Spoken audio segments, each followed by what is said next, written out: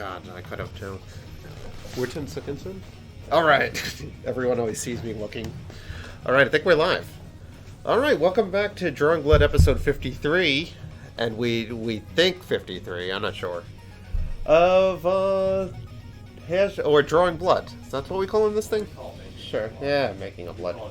I will say this. It is the best Twitch stream that showcases #blood. Well, the #blood is a top-down adventure that we're traditionally animating in the spirit of Cartoon Network characters, and we're mixing in some Zelda elements and a bunch of old retro stuff that us old-timers like. With me today, we got Cody in the bayou of Florida, and Bob to my right. So if you have any programming questions, we'll ask Cody to reach out to Andrew, and he'll get a hold of them. Let's see, where did we start last? Or where did we end last week? I think we got 0 viewers. We got 0 viewers? We might as well just be doing this on a Google Hangout. Yeah, just a Google Hangout. Hold on, I have to text. Just do it over walkie-talkie. Hey, Cody! What do you need? We can open up our old MySpace page. That was MySpace. I wonder what my song to MySpace is. Hold on, I just had to text someone real quick. This is super professional right now. 0 viewers, no start. How we get it done? That's how we do it. And that's how you get a game made. We're so close to it. We're so close to being done to Finishing level 1. Actually, we're not too far. Are we? I feel like we're getting there. We're getting closer to finishing level 1. Oh man, this is so unprofessional. That's professional. Well, pros get paid. Okay, so let's see. Sorry about that, everyone. All 0. We ended last week with these kids on the swing. We were kind of animating the heads and the bodies and stuff. So I'm gonna just show that right now. You can see right now I kind of peppered in a few more characters here. So each one of these goes into a little bit of detail, and this is a lot of layers embedded in here, which I tend not to do, but with this being on a swing and stuff, we had a lot to contend with, so you can see that. And all I had to do I swapped a bunch of stuff out and just switched the heads, so these are just 2 of the same bodies kind of doing that. But that was last week. This is this week, and we're kind of filling out, you can see here, I'm trying to fill out the neighborhood for level 1. So we were actually able to grab some of the stuff from the bus that we animated. So I got these guys talking on the fans, which all works out dandy. I got this scaredy cat on top of a slide, not ready to kind of make the plunge here. His friend that's trying to talk him down. And another character in the slide. All this is just laid out, none of it's animated yet. Thank God, Lawrence. Lauren's here. Now I know we're live. Thanks, Lauren. What's up? How's it going? You're joining Cody's on here too, Lauren. He's been absent. Where's he been? That was not you. I was up by you guys. You were. Sharukin's here too. And Sharukin. Hey. Sharukin. We did a little bit of animation for Sharukin last week. We took one of his characters. We gave it the blood twist, made a little cycle for him. We could probably throw that up there. Or it's on Sharukin stuff if you want to check out his pages. I just got a text. It says my Twitch code. Is that something I need to know? Yeah, can you send that to me? Yeah, you want to send this to... Or can I scream this out online? Or can anyone? I wouldn't go screaming that out online. No. Anyway, the back of... What? You would need the back of my... My credit card too? The number is... So anyway, we got this guy in the pool. We got this girl looking in the pool. We got these new characters that we worked on for an interior house. Oh, we haven't. Hey, Dan. So yeah, we're filling out this background. We got 47 NPC characters. Maybe a little more with the football players. We have no way of knowing. So anyway, we're trying to make everything as lively as that bus scene that some people have seen in the demo and the trailer. I started laying out this fella right here. I spent all day with this guy flipping a burger.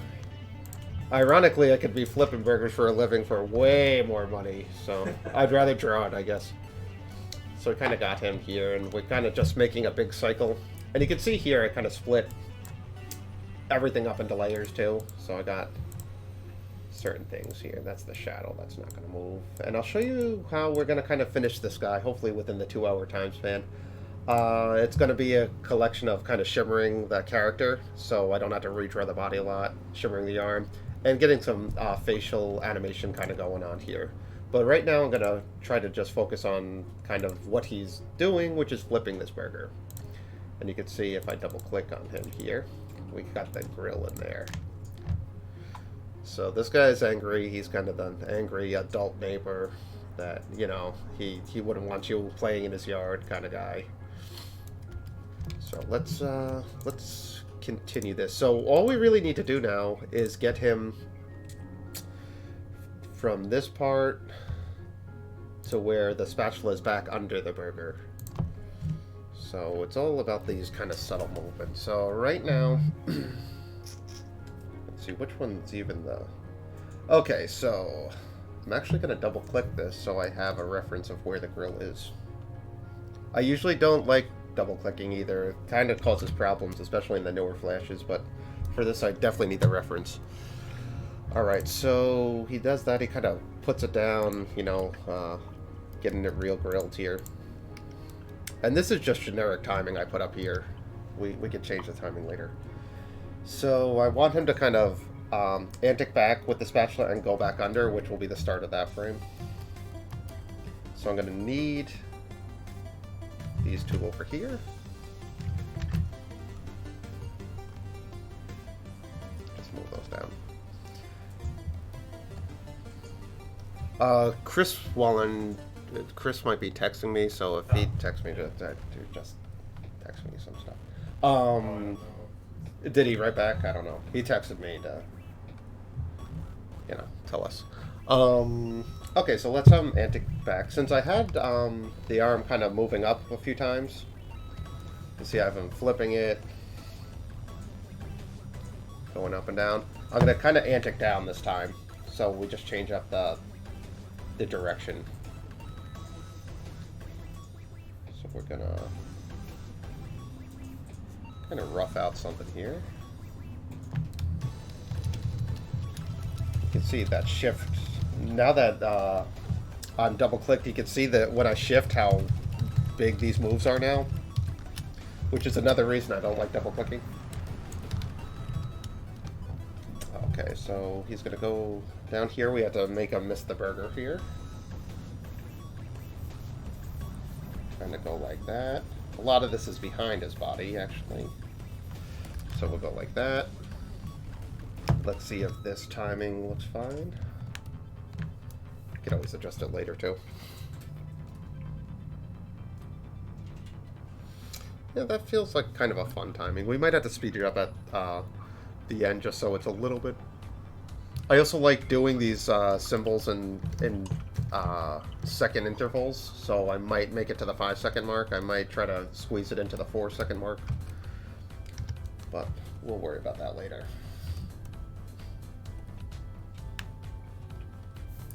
Okay, so I usually clean up at 400 brush, second to last brush here. But since I'm in this symbol, which is shrunk down 25%, you'll see here in the corner, if you could see this percentage, it's up to 1600%. It's because I'm 4 times as small. But if I actually right-clicked it and edited it, I could would be back at 400%. But this is simply because I double-clicked it. You got all that? To all you using Flash MX. Sometimes I wonder, it's like, how many people are using Flash MX, like, right now in the world? 0? Well, we got 2. You're working on it, too. Okay, so that'll be an ease in, ease out from that. And then we'll kind of, let's see what he's doing here. Probably an overshoot settle here. Yeah. Okay, so we'll get to that. So I'm going to have him overshoot to kind of slide the spatula in under this. And we'll settle to this last frame here, so just don't worry about the spatula right now.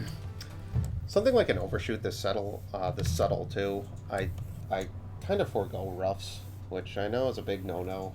I've gotten dressed down before, but it won't be the last time someone calls me out on my BS.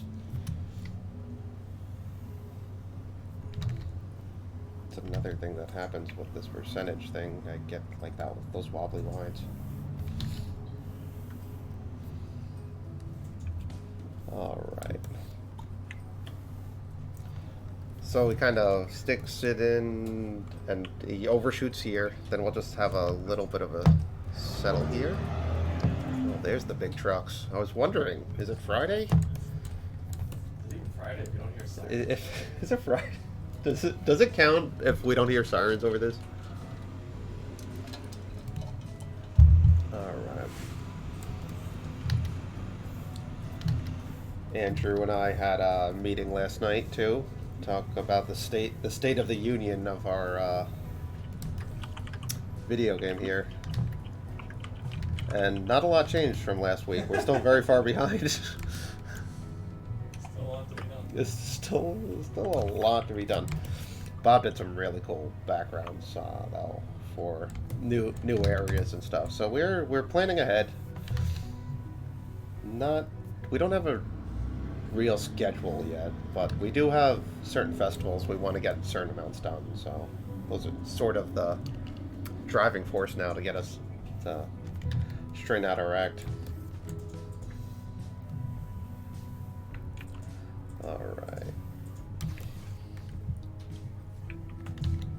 Let's keep in those wobbly lines. I could probably go outside the symbol now that I know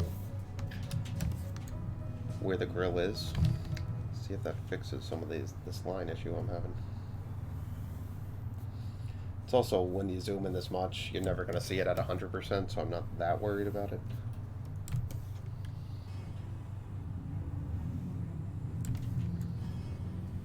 Alright. What's the next festival? I mean, we're trying to... I mean, there's the New York one I think we're in. What's that one called? Playcrafting? Playcrafting. Yeah, I think that one's March 6th or 7th, but Andrew can correct me on that. And I believe we're in that. And that's just a one-day kind of... Yeah. I mean, we call them festivals and stuff, but that's really just showcasing certain things. And we hope to have our first level boss sort of all kind of figured out then. And that's what Andrew's feverishly working on now too, so yeah, I like that timing. And the next kind of big one that we'd like to be a part of, though we haven't applied yet, is Too Many Games, which is, that's in Philadelphia? Is that where it is? Yeah. I think that's June. Is that right? Yeah, it was I'm not sure when that is. I think it's early summer, though. We went last year and we had a real... I really enjoyed that festival. That was a real kind of gamers festival. There's purely for gaming, where MagFest tends to be a lot of just pop culture stuff, which was our last big one. Too Many Games, as its namesake, is very game focused. And we got to know a lot of the devs that show their games during these two, and it's, you know, we don't even get to see the whole team a lot, so it's always a nice opportunity to see our team. And but you know, also meet up with our peers that are part of this industry. It's a very welcoming industry. I think it's I like it. Bob, what do you think? It's better than animation, right? We never got paid, but yeah, it's not really. It's not ours to judge It's not yet. our industry yet to judge here. We're barely part of it. I feel like But I feel I like understand we've it got a more or very good something. grasp on the animation industry. Well, it's nice. I feel like people appreciate animation more in that industry than in animation almost. Like Yeah, the no. people often compliment us on animation and those things, where people in the industry, our industry, don't seem to care. So I'm gonna rough that out. All right, that's what I'm gonna do now. Now you can see it's a lot bigger here. Same percentage, but now I can. Hopefully this fixes that line issue I'm having.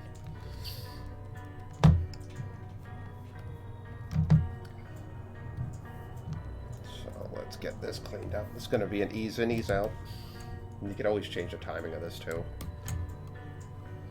So back to 400%, where I'm comfy.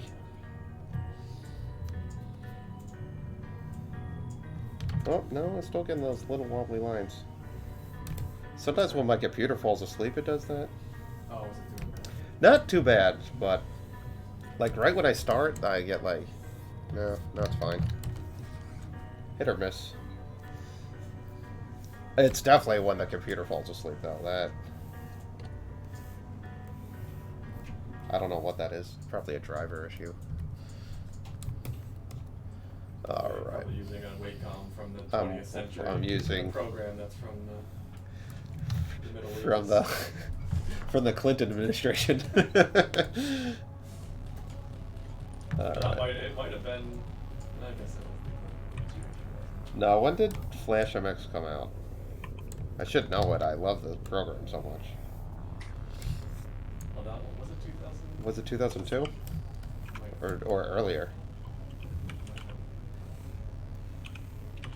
It must have been earlier because I graduated in 2003 and the Flash MX was the industry standard. So we got... Yeah, that's good, that's good. Then I'm going to animate the burger last on this.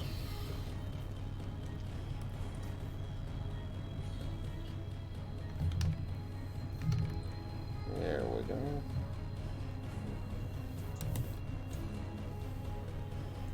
Yeah, when we graduated, this was like... this felt like the new thing.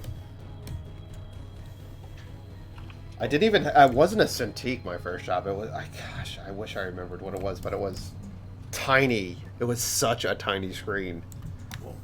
Oh, I know. You remember... Did you ever have those ones where it got the dead pixels that like just shot across? Like, and it would just get worse every time. You had one, and it like it would just be a streak of like dead across the pixels, whole- and then it would just like more and more and more. No. I forget what those are called. I remember when My I old first boss bought would know. my first Cintiq, it had a couple dead pixels. Yeah, my old one. back in, and they were like too bad. And I was like, oh, I guess it is too I bad. have like there's a red one on that one, a little red dot, but it's not too bad. Yeah, I have one on this one too. But it would just get worse, and I always thought it was because I pressed really hard. What did we when we were at Noodle Soup or World Leaders for that Jefferson Street or Jefferson Ave? What was it? That gem? That gem. What were we using?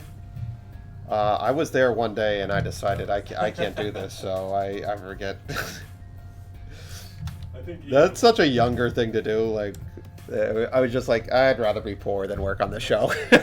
just walk home. I just like leave the next day. That was and I didn't really even know Flash yet. I just said I did. And I just remember it was. I guess we shouldn't badmouth it. I don't know who designed it, but it was just one of those shows that the design was so hard to animate in Flash. Oh, and it was what was it for Jim Brewer? Yeah, it was for Jim Brewer. I think wasn't Ian was working on that. Ian was right next to us. The creator of OKKO. That's how old this was. He wasn't even in LA yet. He's younger than both of us, right? Yeah. Yeah. Yeah. He was there. There was some... It was a small room all of us were jammed in. And I remember the scene I had to animate was like someone was doing air guitar. Do you remember that scene? That, yeah. Then Bob and I looked that up the other day, and they reanimated it with someone. They reanimated that whole thing with a different style. Real slap to our face. Ian was there, and was he animating too? I think so, but again, I don't think any of us really knew how to use Flash. We just kind of said we did, and we were figuring it out as we went along. I mean, my life had stayed the same since then, but Ian's life got so much better since then.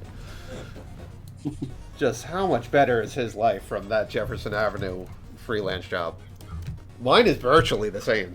I haven't got paid anymore since the early 2000s. It's exactly the same. Like, just exactly the same. I'm still using Flash MX. Let's see here. I'm gonna just ease out a little bit more here. One note. We're still complaining about character design on other stuff.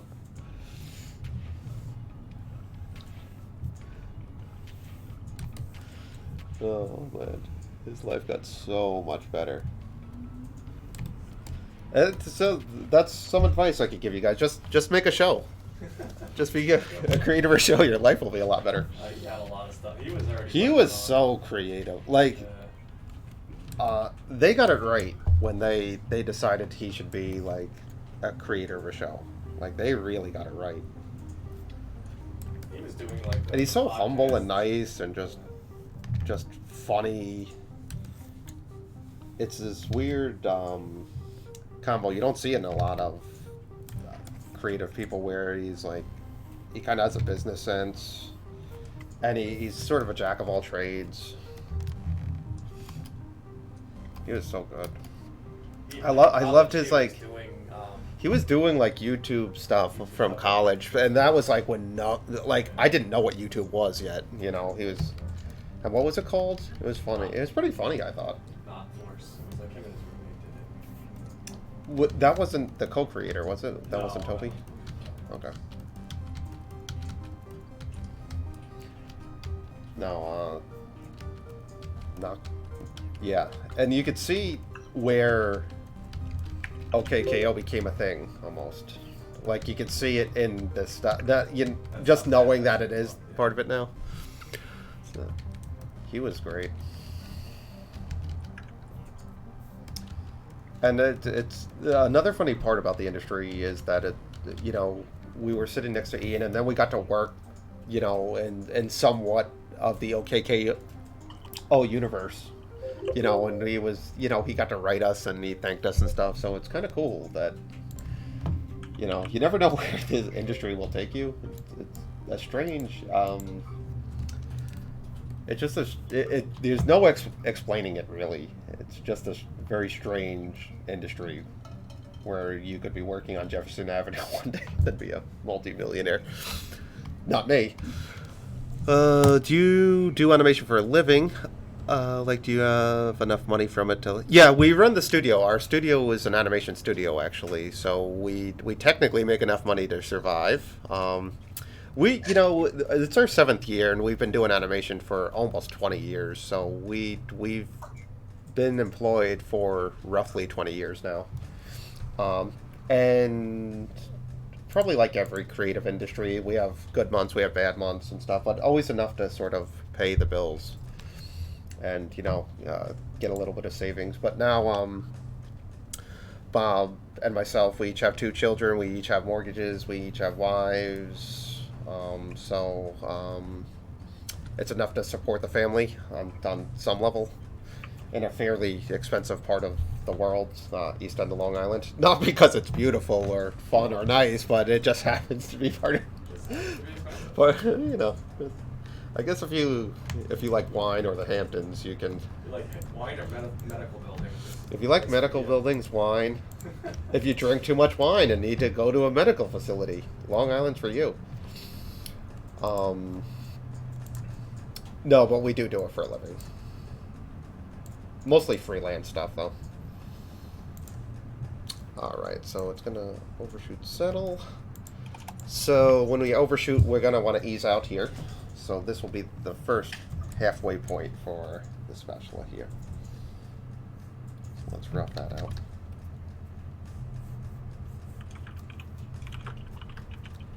No, I joke a lot about how hard it is, but I think since opening the studio, things have gotten a little easier in terms of like work kind of finds us now. We definitely are not actively looking for work as much as when we first opened.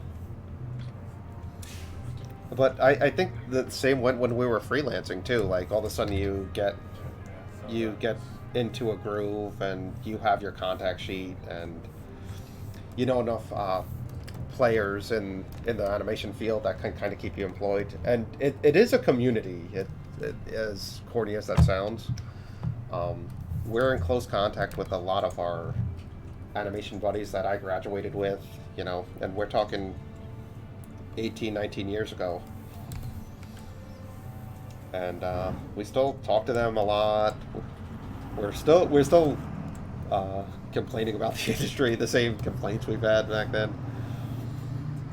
So it is a nice community. And New York was cool in that regard where I think New York more than LA, and I can't really speak to the LA scene all that much, but I felt like it was a lot of people when we were growing up anyway, and it was an interesting time because everything was switching to digital. But there was a lot of like you had to learn a little bit of everything, like from storyboarding to layout to animation.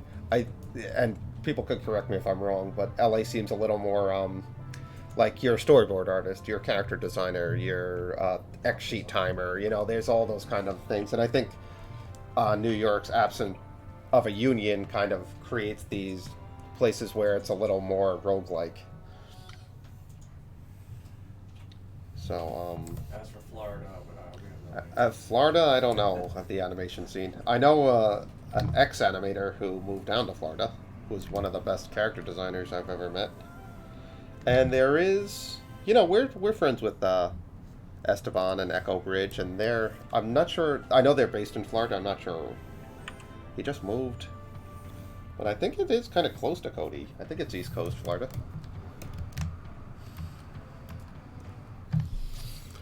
Punk rock. Yeah. Garage band. Garage band, that's what I like. I like the garage band analogy. I use it all the time. It's not good musicians. It's bad musicians making decent music together. And that's what I like to think of our team.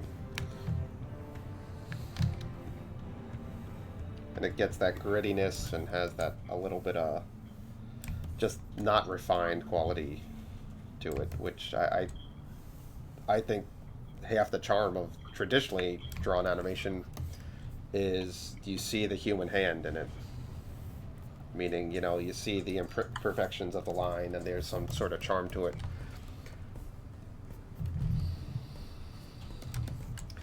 Alright, we might have to rough this one out. Bummer. We don't do that around here. I don't rough out too often.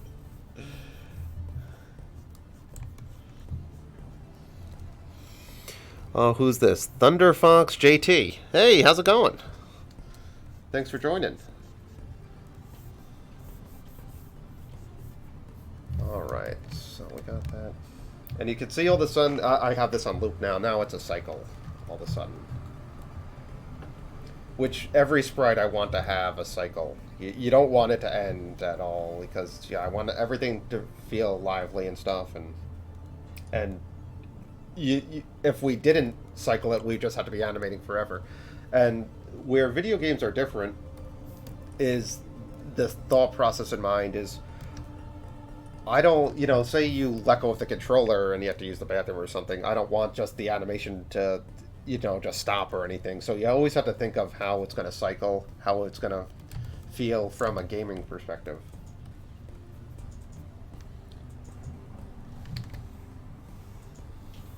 That's why we sort of established a little bit of timing. We have, you know, we have a similar chart for every character, so there's a bit of a rhythm, sort of like a 1930s rubber hose animation, the ease in, ease out. Everything, we want everything to feel alive. Alright, so now I'm going to animate the burger. We kind of want everything on the same chart. Let me color that, I guess, first. It's making me want a burger. I'm still impressed I didn't get the... We went out yesterday to lunch, Bob and I, and it sounded like this awesome burger on the menu, and neither of us got it. And we were complaining this morning, why didn't we get it?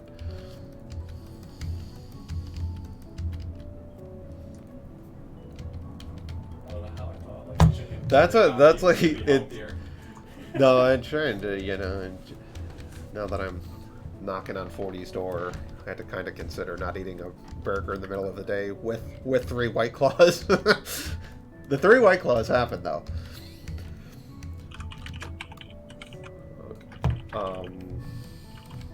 And if White Claw's listening, you burnt us in the past, but I'll take your sponsorship again.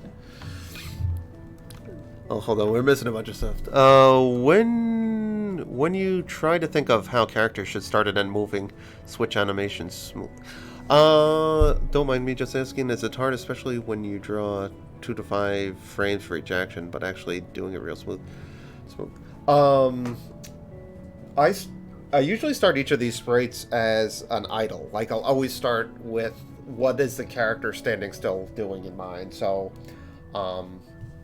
for example, let's see. Like for this guy right here, for example, is just going to be kind of waiting in the pool. So I'll just do an ease in, ease out with him. Like all he needs to do is sort of bob in the water here. We don't need much. He's kind of stationary. So if I'm establishing action for Becky, one of the protagonists here, I'll always start with that model in mind. What's it going to do if you don't hold on to the controller? And from there, I base everything branches off from the idle. So every time there's an action for her, she'll return to the idle of that angle, and vice versa. So it's sort of establishing that first as the core of the animation and then branching off from it. And interestingly enough, I was talking to Andrew yesterday, and he was sort of trying to explain how the coding works, or at least the hierarchy of the sprites. And they have a similar kind of thing where there's prefabs and all the stuff that I'm going to butcher the words and language on, but it's sort of a similar thing where you sort of start somewhere and it can go to any direction and sort of land on it. So there is a little bit of a through in that in the Animation 2 programming language. All right, so we got the colors here. That's right, Cody? That's right. I said prefab. I remember Andrew saying prefab. Yeah, that's definitely a word. That's a word. I know bool. Is it prefabulous? It's what was that Triumph thing? The fabulous shit.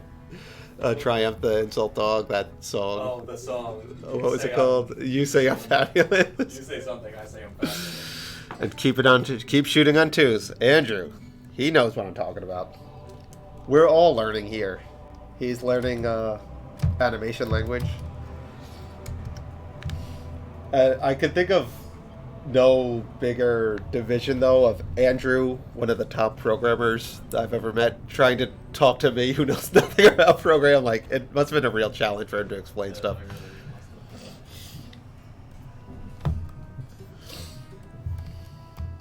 Alright, so he slides the spatula off the burger, so I'm just going to have the burger kind of shift over a little bit.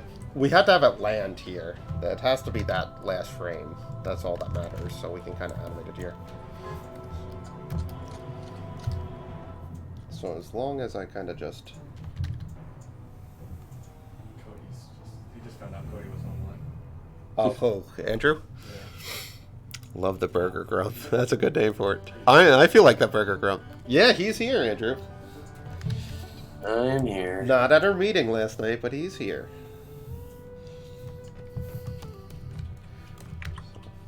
So that'll go and settle back, I think. Ooh, this is like a soothing song. I can't hear the music. That's right. Relaxed. Take a nap. Burger. No, but it was interesting, him Late telling as me. always. What's that? Yeah, just said late as always. Late as always. Uh-oh. Cody, who do we make fun of if you weren't around? Probably Cody, still, just he wouldn't hear it. Yeah. Poor Cody. Well, what prompted this conversation is we're talking about adding shadows to every character sprite, so it gives a little more dimensionality. And it's sort of explaining that there's a way we think we could get it done. It would go in there prefab. It would be a prefab and it would be under everything. Okay. Because you don't want it on top of anyone, obviously, unless you're jumping, which not a lot of characters are doing. Yeah. Real friends make funny to your face. That's true. I'm not going to Florida to make fun. No, I can't go to Florida to make one of them. Though I'll be there in a couple weeks. When are you going down? I think March 4th. I'm in there with the fam. We're on the West Coast, though. Going into that Tampa airport. Tampa realness. My least favorite airport, save LaGuardia. What a... Who designed that airport? Who the hell designed that airport is what I want to know. LaGuardia, too, by the way, is not... That wasn't shaping up very well. Yeah, LaGuardia's getting up. LaGuardia... For 4 years. Well, was that the one we dropped you off at, Cody, LaGuardia? Yes, where it looked like it was a war zone? That was it. It looks exactly the I'm same. not joking. When we dropped Cody off, when was that, Cody? When was that for? That was for... No, that Was that for... MagFest? No, the Midsummer Nights. That's a whole nother story. We dropped Cody off because he had to go back to Florida, and we were driving through the city. So we decided we'll drop him off at LaGuardia. We're on the way out east anyway. We pull into the airport, and I'm not joking, there was a part where we had to go down the wrong side of the street. There was like sirens blaring. Remember, there was a cop just sitting there directing you to go on the wrong side of the street. There was cement barriers, and it's like this place looks like you could shoot a zombie film in it, and you wouldn't need a thing. I was just there like 3 Yeah, weeks no, you ago. were just there Nothing, too. I almost missed the flight to Atlanta. Nothing has changed. I think you should use shading only when there's extreme light, some kind of explosion. Well, we add the shadow on the bottom just... It's not even shading, right? It's not shading, it's these shadows right here, just to give it so it looks like they're above something. Yeah, we're not going to add any like, contour lighting. Like Dexter or something we've never had. No. LaGuardia is getting upgraded. I heard that. So is our town, and I don't have much faith for either of them. And nice animations. Well, that was the problem too when you dropped me off. You dropped me off to like, I think the old part of LaGuardia, and I was like, oh, Yeah. how do I get? I was like, just drop me up here. I'll take like a shuttle to the gate. And I was like, Yeah, and you were like an hour late, right? Or like, if we didn't get you there so early, you would have missed your flight, right? yeah, because I was just like, oh, how do I get to the gate right next to me? And they were like, oh, you got to take a bus because Yeah. it was a brand new. And it looked amazing when I got there, but I had to take. No, a the bus. interior is fine. It's getting to The it. new Just one. shouldn't be. I mean, you need to get into the airport. It's important. And Tampa had the opposite problem. It looked fine from the outside, but it was like drop your luggage off here, then take an escalator, then take a monorail, then pick up your luggage and get it scanned. Just like, what is going on here? Oh, like your style with the drawing and animation, you really nailed it. I'm kind of lucky the bus to LGA is only 2 blocks from my house. Oh, do you have to take it a lot, New Challenger? I love the graphic design that you made for the game. Oh, thank you. Alright, so at this point it's going to overshoot and shoot over a little bit this way. Oh no, I had an obligation to be in Atlanta for a day, and I was the last person on the flight. They like when because LaGuardia was so. I also hit traffic on the LIE, which is doing its best LaGuardia impression. But they, like, I was running, or they're like, "You're Chris Burns," and it's like, that's how you know you're late on the flight. They've been calling you, and they're like, "We're gonna take this. We're gonna fly." I was literally 2 minutes away from missing it, and I left so early. And I've never missed a flight in my life. I'm always try to be as punctual as I can with those kind of things. But I couldn't find parking. It was just a disaster. Wasn't as bad as when I went to go pick my wife up and I went to the wrong airport. You went to the wrong airport. That was fun. That's... They are right across the highway from each other, though. Which is only 2 hours in car from No, if you're lucky. it was not a bad time, at least. No, I'm not a big fan of flying in general. And yeah, when I go with my kids, it's always... I have 2 young, kind of crazy kids. Never that fun. Alright, so just 2 more, and then we had to, we can do some expressions on the face, I think, after that. Could be following the burger itself, and then we could shimmer the body last. Alright. Going to Oh, you going to Montana? What are you doing there? Is it gaming related?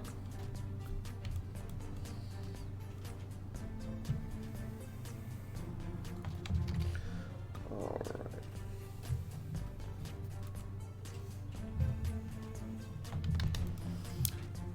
Oh, very cool. So it's it sounds like a bit of a vacation, not more leisure than work. Oh, that's great. I assume, maybe not. Alright. Oh, no, never. Oh, Thanksgiving and a funeral. I'm sorry.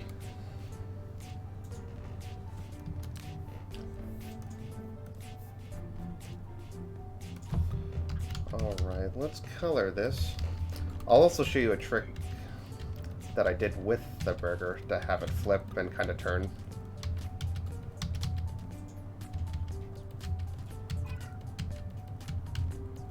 It's a trick you could do with a lot of things. If you want kind of a cool rotation thing, which I could show you other examples too, but this burger is a symbol actually at a certain point. So if you go inside of it, so I knew the timing of it, so this was the up and down, and I kind of just animated it in place, kind of rotating, kind of like a coin, like that. And then what I'll do afterwards, here, I'm just gonna put this on another symbol real quick. So if I Control T and do 0, so this is just the symbol as is, right? So I could move it up like that. There's just a motion tween. It's a flash trick. So I could go motion 100, motion negative 100, and you see it still flips inside, right? Like that. Now what you could do in any flash really is you could change the rotate to it. So you'll see down here there's clockwise and counterclockwise. So if you do that, then it gives it another kind of thing which makes it flip kind of cool. And you can do the same on the reverse. Let's get the rotate, let's say clockwise. So you see it just adds another kind of like, it makes it look more animated than it actually is. So I'm not like, I use Flash as sort of like the Swiss Army knife. I feel like it's just like whatever tool I need at the time. So I could probably animate that if I wanted to do it traditionally, but you know, in the scheme of things, when it looks traditional anyway, I'm not above using it, and that's what happened here. So it's kind of flipping that way. Then you can always play with the timing and stuff. So if you just do one full rotation of something and shoot it on ones, you could really get a lot of cool spins out of that. When we did the Kung Fu kickball, we actually animated the kickball like that, and then we just traced back as we're rotating and stuff, and it gave it a kind of a more organic kind of spinning kind of look. Alright, I could probably add a little bit of debris too, like its grease is flopping off. But let's, yeah, coins. Well, we did a short called coin, and that's where I kind of learned about it too. I think we also did it, we made coins for blood at one point, didn't we? Yeah. Yeah, I think we did that too with that. Alright, so I got this timing established, so the first thing I could do, I'm not going to bore you guys with tracing back the arms. Like, I got the arm and the body here. What's also I could actually do, which might be funny, I can have him look, like I can have him change the body here while he's doing the other stuff. I can play with that. Like I can have him look over here, still be grumpy while he's flipping the burger and stuff. Could be a fun kind of idea, because the arm's set already, so.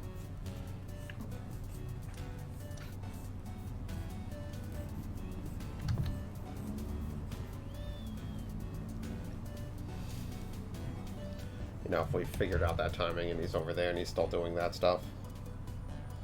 Could be kind of a funny thing we could do with that. I give him a 5 head here, not even a 4 head. Should fix that hair. Maybe we'll do that. That could be kind of a funny gag. Burger Grump. I like that. Who came up with that? There's someone who wrote Burger Grump in that. I like that. I feel like that explains a lot of me. Alright. Well, let's try that. Peter did it. That's great. Let's clean this up. I'm still going to separate the face and the arm and the body here. Official name, Burger Grump. Well, it's funny. You can see he's named Paul here, and Greg, our writer, did this awesome thing where I just sent him 47 characters. Then he kind of came up with a backstory and named each one of them, and like really kind of clever stuff going on there. But I do like Burger Grump for this guy. That's an inside name. Let's see here.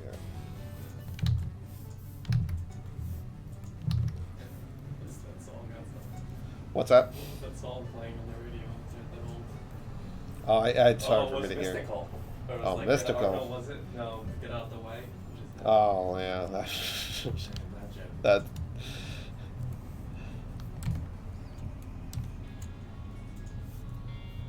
Burger Grump DLC.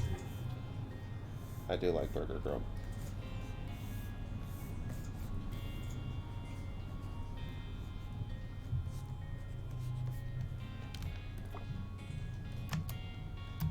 It changed, and I like with every model on these characters, I mess with the proportions all over. I just want the drone to look fun. I don't really. I mean, as long as the volume works on some level, I'm okay with it. Like, I can make his head extra big here, and I will sleep just fine tonight knowing that this is an on model. So let's make this as funny as we can here.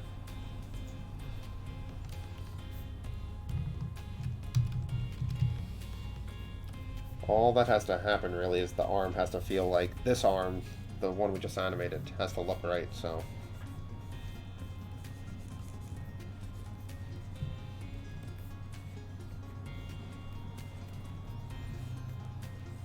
Make the hairs a little bigger.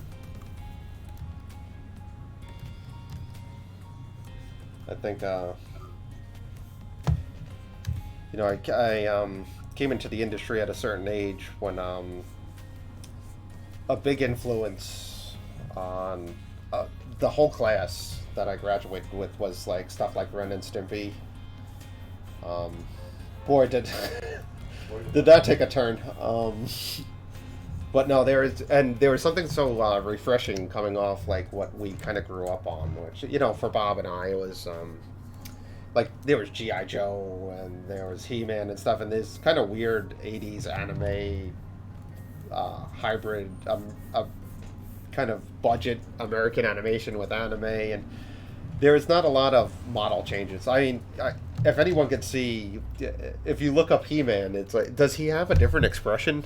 Like his happy to angry looks exactly the same, kind of stuff. And then then Ren and Stimpy comes along, and it just breaks all these barriers down. Where a similar thought to kind of what I have about it is just have fun with the drawings. It's like no one's sitting there confused. It's like, who is that, Stimpy or Ren? It's like, you know which one it is. They just make, but you can't find two drawings that look the same. So is that Happy Tree Friends was, I remember. Happy Tree Friends, all Flash. That was, yeah. I was Being a very eye opener for Flash. No, that opened up Flash for sure. It was this. It's kind of a weird. It was that pre-internet time when. I mean, that was internet still, but like that. Well, Happy Tree Friends, but like my influences when I got into SV, I went there in 1999 or 2000. I don't know, one of them. And my influence was like Liquid TV, which was this weird MTV oddities thing. That I think they're rebooting it now. They'll ruin it somehow. But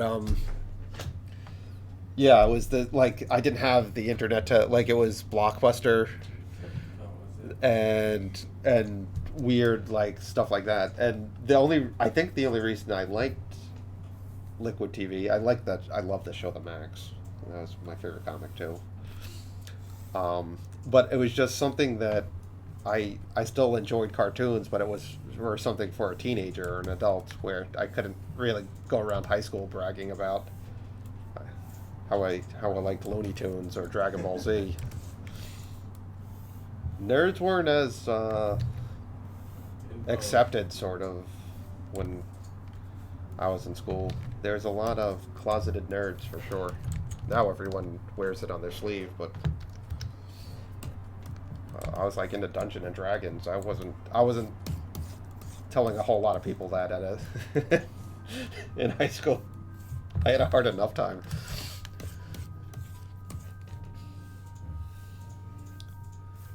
But no, that if for anyone a little younger than us, if you check out Liquid TV or MTV Oddities or whatever it was called at the time, there's some really kind of cool stuff going on there. It was very experimental.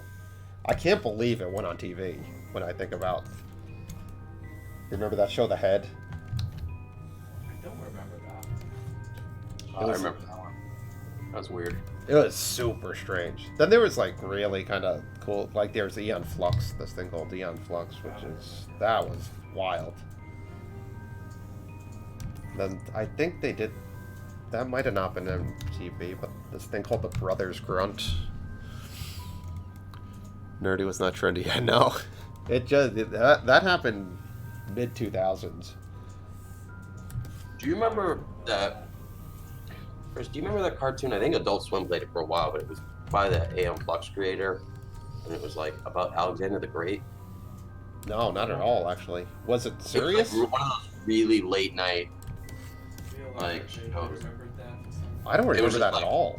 It looks just like it. I don't know. We were always drunk by the time that happened. Yeah.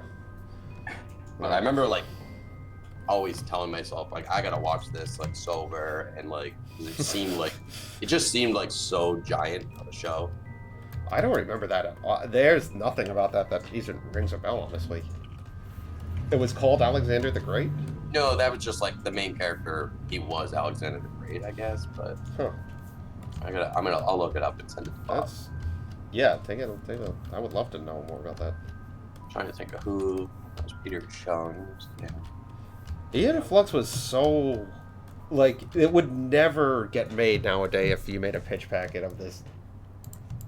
I think it should be. Don't get me wrong, but you know how pitches go now, where it's like the idea that you would change a storyline at all, like or like have something sequential.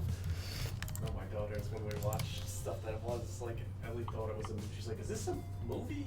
Like she didn't. What's that? Like when shows were like Oh, sequential, like episodic, she just didn't understand what that was.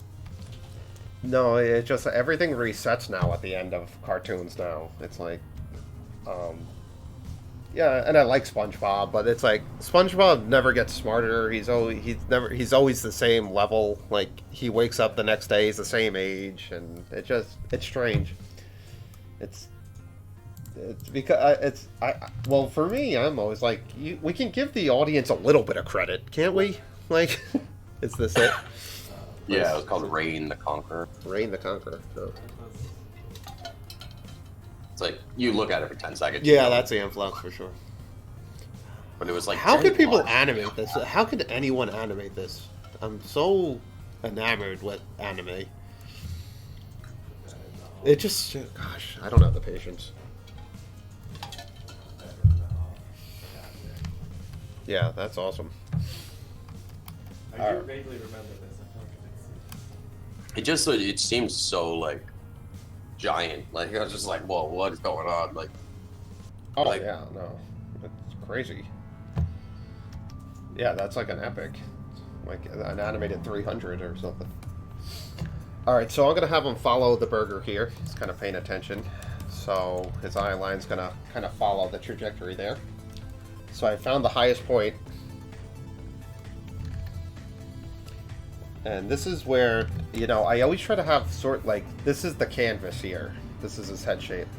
I could play anywhere in that canvas and I'd feel comfortable. We can even break the plane if you really want to go crazy and stuff.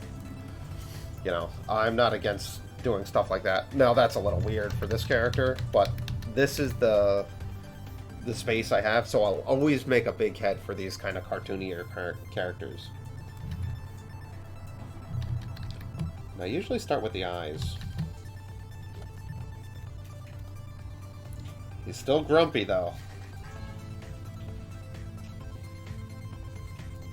And I'll kind of change the contour of the mouth here so it gives a little more range. So the mouth goes down, the eyes go up. Gives it a little more. And vice versa, like if he blinks, I'll have everything scrunched down.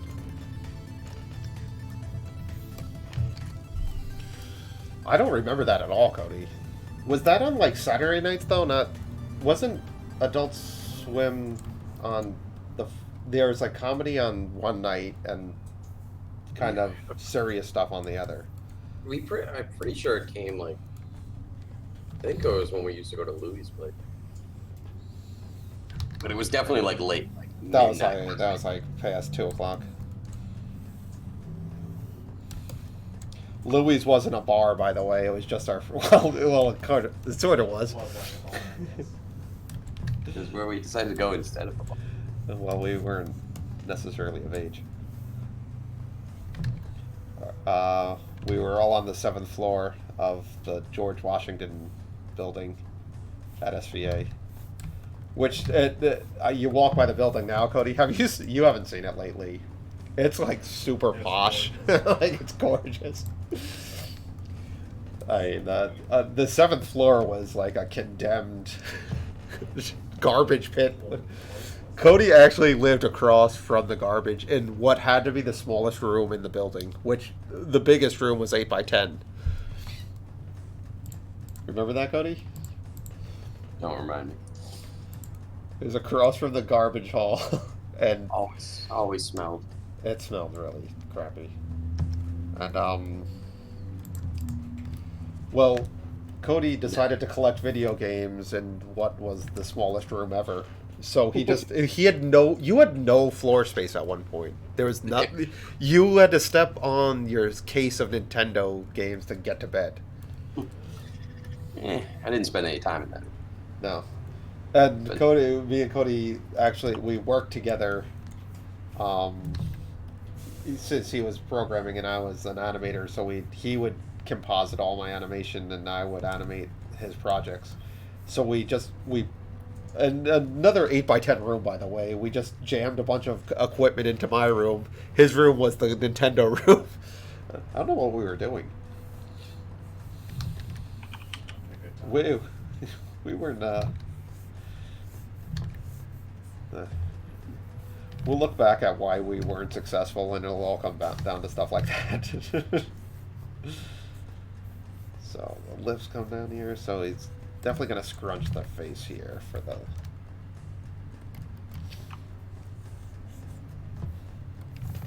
Make sure it kind of follows the burger, though, so I'm going to keep the eyes actually over here.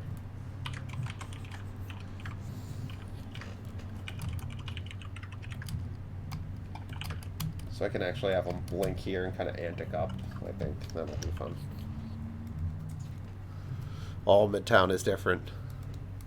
Yeah. No, I picture... Oh my gosh, I missed a bunch of stuff from Peter. He worked on the Rugrats pilot? That's nuts. Now they have to Disney start to finish. Pitches have taken such a wild ride. There's so much content now, too. I can't... Getting something made has to be tough. Bob and I kind of came to the conclusion that we'll just make stuff on our own, you know, and see if there's any kind of audience for it.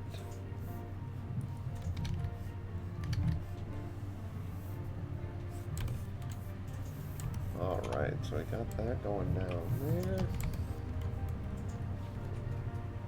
So that's the lowest point that antic up. So the burger kind of shoots up pretty quick here. Now it doesn't have to follow the same chart as the burger, so I can actually maybe overshoot and settle. I'm just going to look what that looks like first.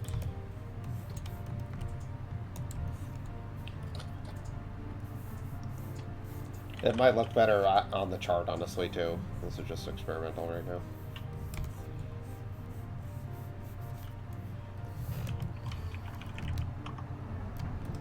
Yeah, I think it'll be better if he just follows it.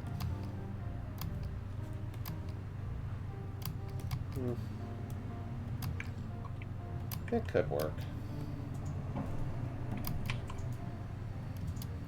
Yeah, we'll try it. Let's try it. Got one life, spend it making stuff you actually like. But, well, yeah. We also have to make a lot of horrible things we don't like. No, there's this blood's a severe trade-off for us. Hashtag blood, because, well, it's something I still very much enjoy animating. It's a long haul to get to the finish line, and I mean long. Like, I don't know how long this is gonna take. The trade-off is that we have to do a lot of work on other people's stuff. And the hopes of all this, I mean, I do like the challenge of, we're going to set out to make something. That's always a challenge, whether it's a film or a short or anything. It's just kind of a scary prospect challenge. But the hope being that if people like this enough, this could help sort of self-fund a new game, a sequel, you know, or give us enough clout to kind of have a little more leeway to do something else we want. And I think video games, you know, the ones that are successful get to do a little bit of that, where if you have a really successful game, that can help self-fund your next passion project, in other words. And that's what I really hope to do. And I love the team that we're working with. It would be a great kind of thing to accomplish. Now everyone who's setting out to make a game obviously wants a great game too, but for us it's also the only way for Bob and myself to do it, because we can't just animate a lot every week almost, you know. We can't, even if we have a great idea and people love it, there's no way to mass produce it to a degree where if we can keep, you know, pumping out content as much as we can. So games are great that way, because we're animating a lot and there's 30,000 drawings, and, you know, we're not done with level 1, so it's a massive amount of work, but we're getting mileage out of every drawing that we wouldn't get if we were doing a short. It's also like we're open about how we're animating this. We get to show our audience this. We're kind of slowly building an audience for it. You can't do that with animation. We'd be like, here's the first 30 seconds of our pilot. Please, tune in 4 months from now for the next 30 seconds. And if we were animating dialogue, you would know what the short's about, so there'd be no shock value. This, the shock value or the enjoyment hopefully comes from the person actually playing the game. So it feels like for a small team that has our certain set of skill sets, this is the best way to sort of carve our own path and hopefully make this into something else. But I do see people like very successful YouTube animators, who do generate a lot of content and have a giant following and stuff. So that's not impossible. It just didn't feel very. I don't know how to go about and do that personally. So the game felt like the kind of the best path for us to take that. In that wobble line again.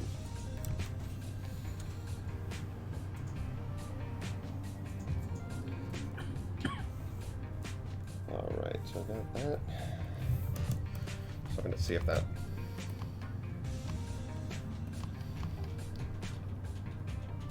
So it's a fun challenge though. I really do like it. What's nice about it too is that with this game having so many characters, like I'll be done with this character. I'll never have to touch him again. Then I move on to another character, and there's bosses and stuff. You got the right idea. You got one life, and yeah. Well, thanks for the fun animation facts. What's the sucker stuff like that?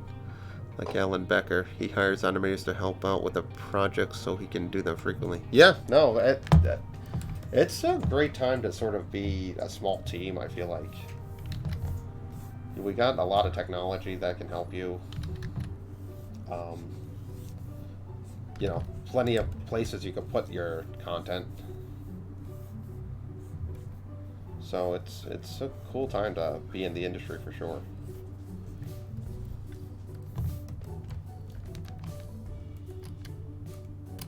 Yeah, that kind of works.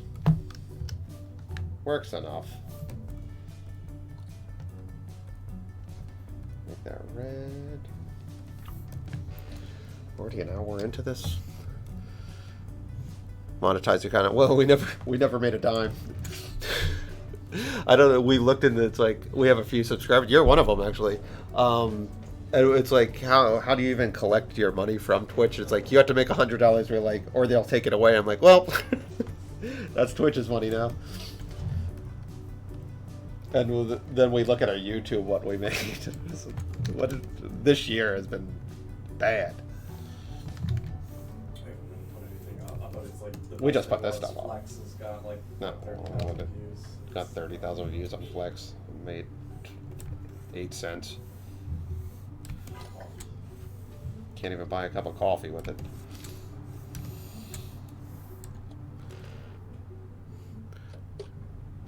You get the same, get money from people just watching it, but animation. Oh yeah, no, it's hard to monetize animation. There's not a lot of replay value with animation either. It's one of the slowest ways to get your idea out there. So if you just have a funny skit, you can't really animate it. Let me try not to rough this one out. Let's see what happens. Famous last words.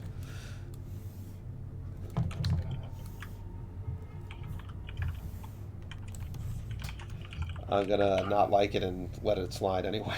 That's usually what happens. Because no one will even get that far into the frame. No, it's a pretty... There's so much going on in the game.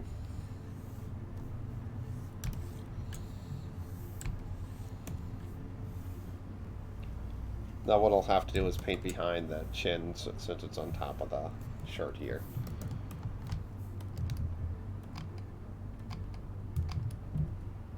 Alright. Ease out of that.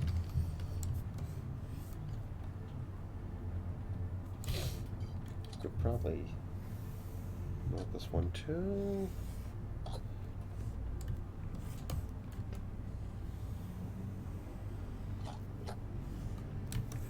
Let's see. Got the guess that's good. That's good.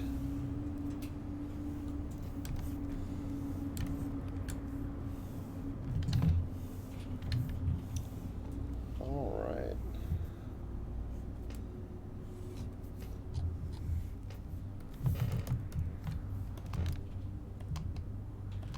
Yeah, I think that's okay to have that little settle at the end, actually. It's not the exact same timing, but I can live with that.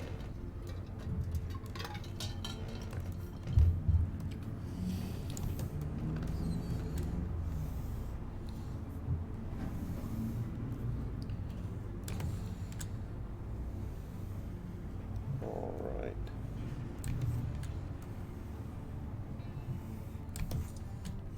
So we'll have to do something on the when he turns his direction too, whether it be a blink or just a shimmer.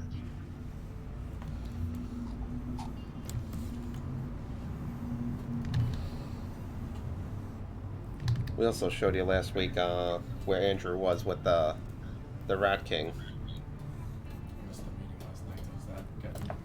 Oh, I haven't seen that anything new, but he's saying he's kind of sectioning out the like the different phases now. There's a lot of elements with the Rat King, so he's sort of working on each individual element as it stands.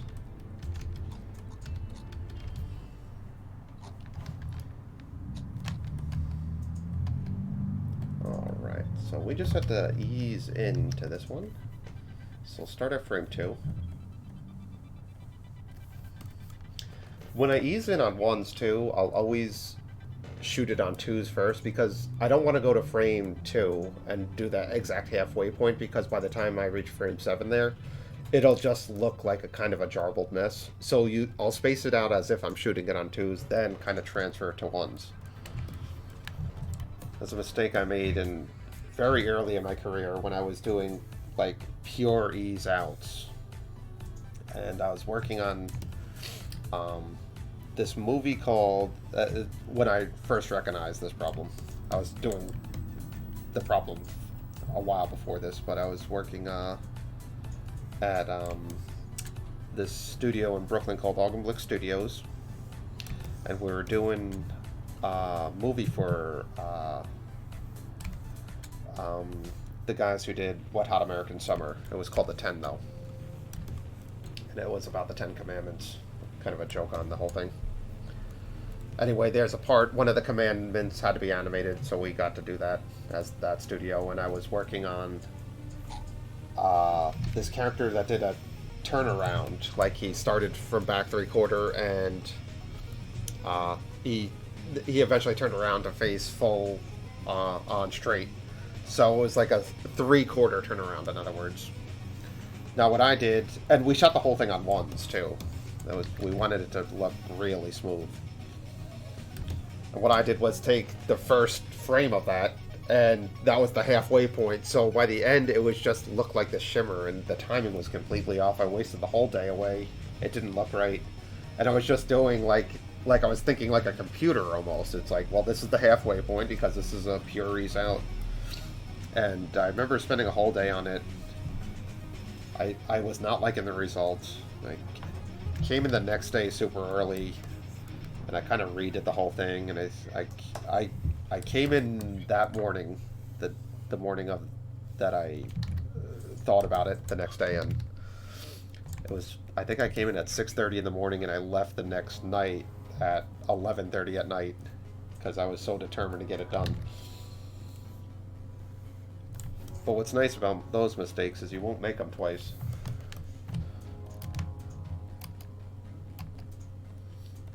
Alright, so that's the low point. It was also like we were coloring the lines. It wasn't just a pure solid color, so it was a gray kind of rhino character. Wonder if you could pull that up. Could you find that video? Is it on Augenblick Studios?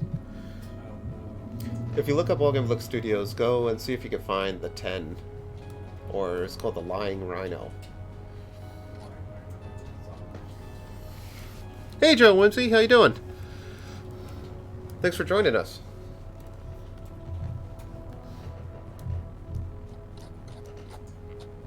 Yeah. Can you play that whole thing?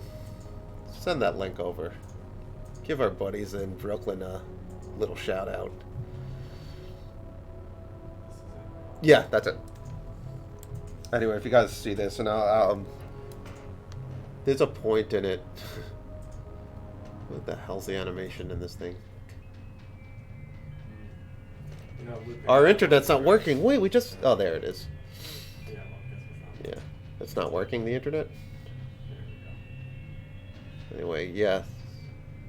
Can you just send... I put it up. Oh, okay. Oh, it's there. But, there's a part at the end where the rhino turns around. The rhino turns around.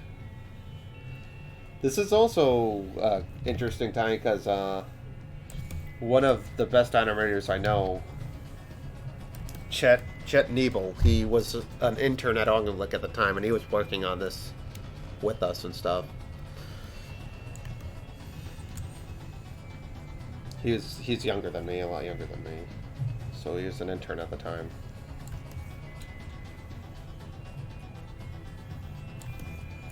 That was a very... that was 2007, I want to say. So I was pretty young out of school. It was one of my first serious jobs. I stayed at Augenblick for a long time, in fact. And we had the opportunity to take that and go to Sundance with it. But we also made something else for Comedy Central that was featured in Sundance. And it was just so cool as a young animator to just... We were in the VIP section with the people in the movie, and so, not that we earned it, but we were there. It was fun.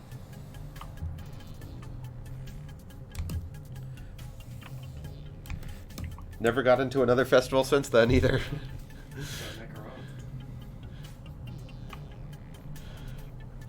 I have heard some things about Augenblick Titmouse relating to labor practices, pay that is pretty disappointing. All super good work though. Yeah, I don't know. I can't really speak to that end of it. I can say stuff like this. Aaron Augenblick never ripped anyone I knew off. I can speak to that now. Whether the prices might be disappointing, that could be anyone's opinion on it.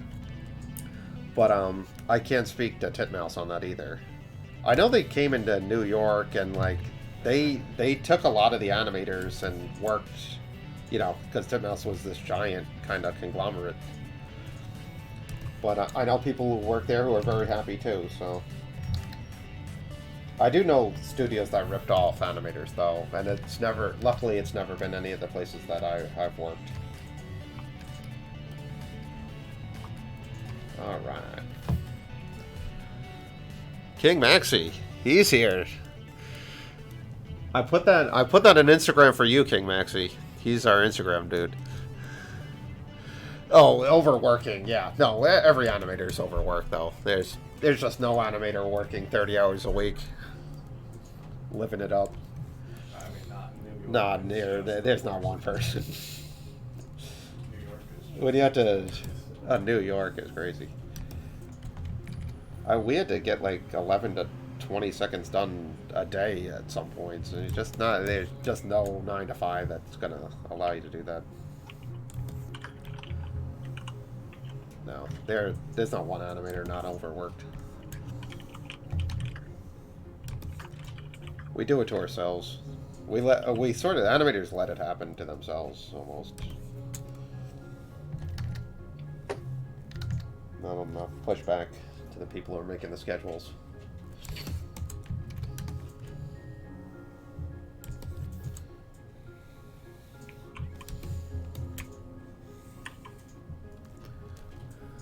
Not to gossip. Oh, at Titmouse? Yeah, it could be. They might be. We've never really worked with them. But I do know people over there. I mean, it would be hard not to know animators over there. They're kind of taking over the planet.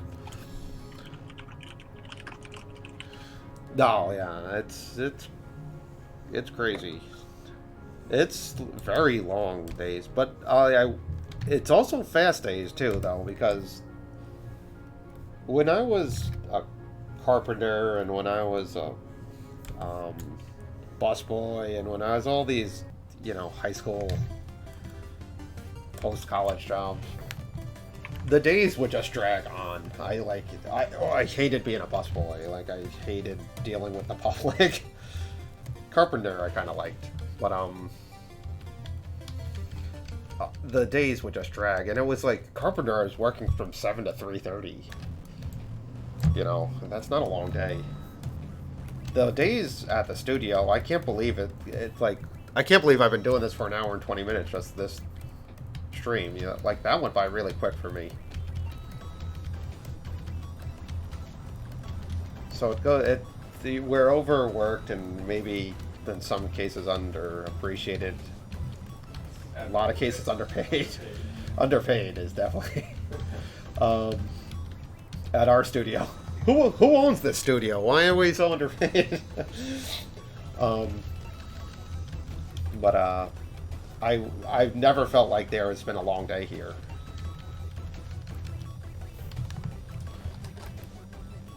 Alright, so I got this, and you want to see everything at 25%. So now he's gonna look back down here.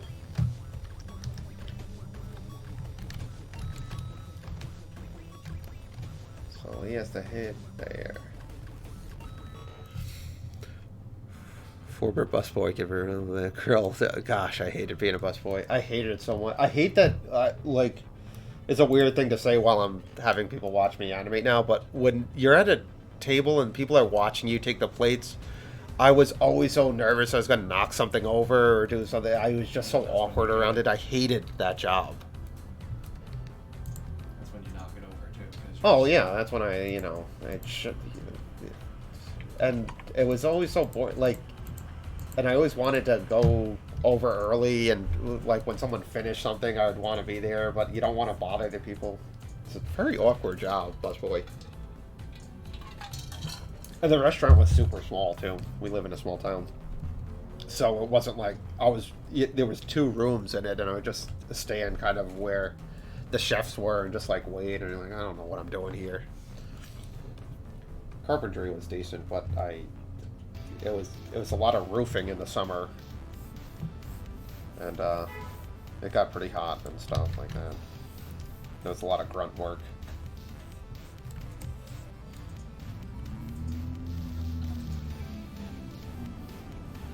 I learned something new about Andrew yesterday too, that he used to work at the Apple store. I can see that. Oh, I could totally see that. I could see him knowing more than his boss at the Apple store. Like, I could totally see that.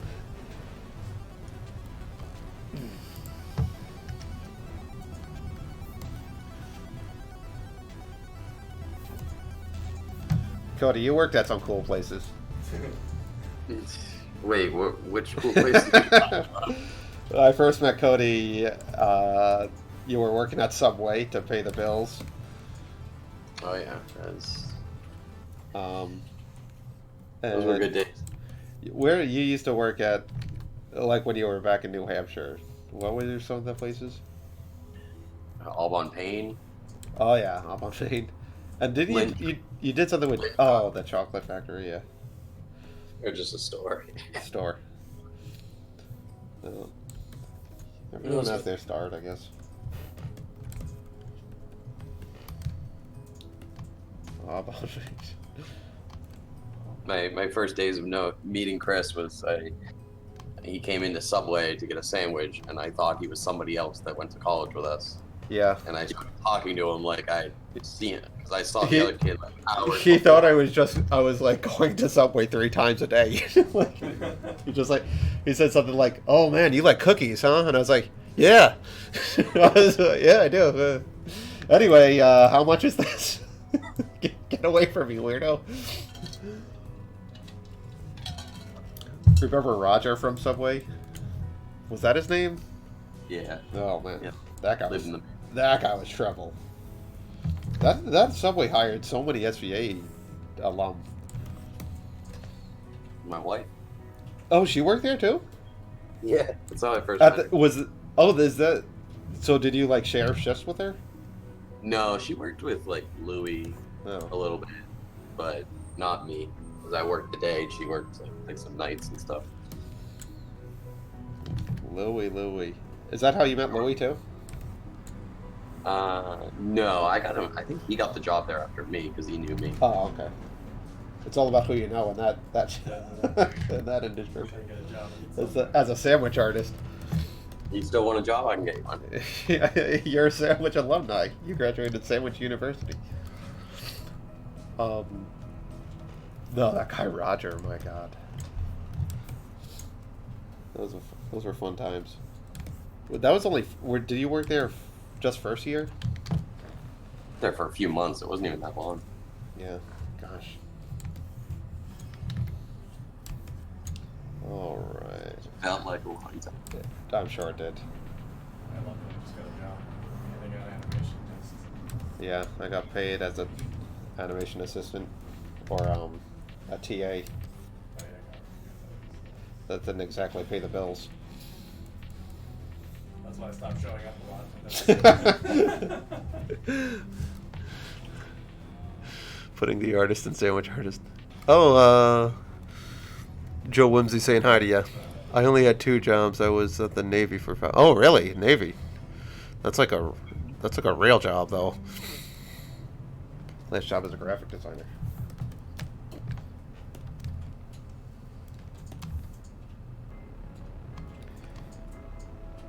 Let's see here. So I think I'm gonna have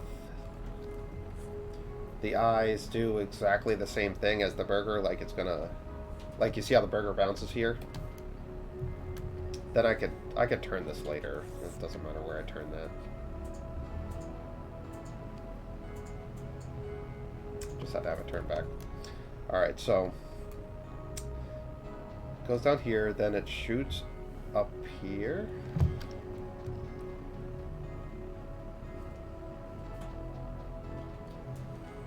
So this will be the same frame.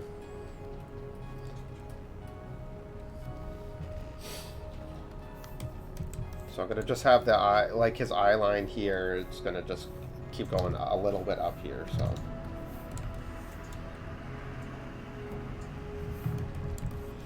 So let's see. The eyes go up a little bit here. The mouth will go down again.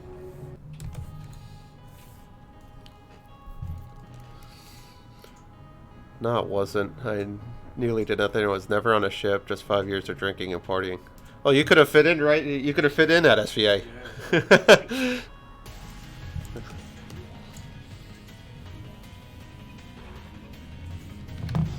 Oh, 4 years of that.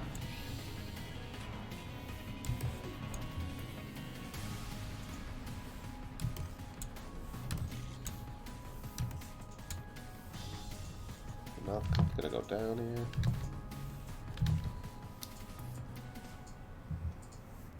I think about how we used our time at SVA and how much more efficient you get later in life. Like, just imagine if we just started the game when none of us had kids. Like, how much more we would have had done. Not. I feel like we would have had this game done. I really do. We would have been on Not the at that age, hashtag no. hemoglobin by now. What's that? Not at that age. No, that's the thing. Like, if we had a time machine and went back with the skills we knew now, or like how time consuming it is.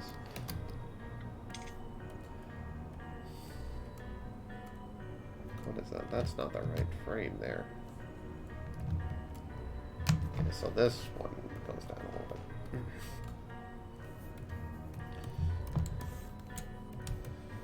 So this one, the eyes are going to go down a little bit since the burgers fell down a little bit.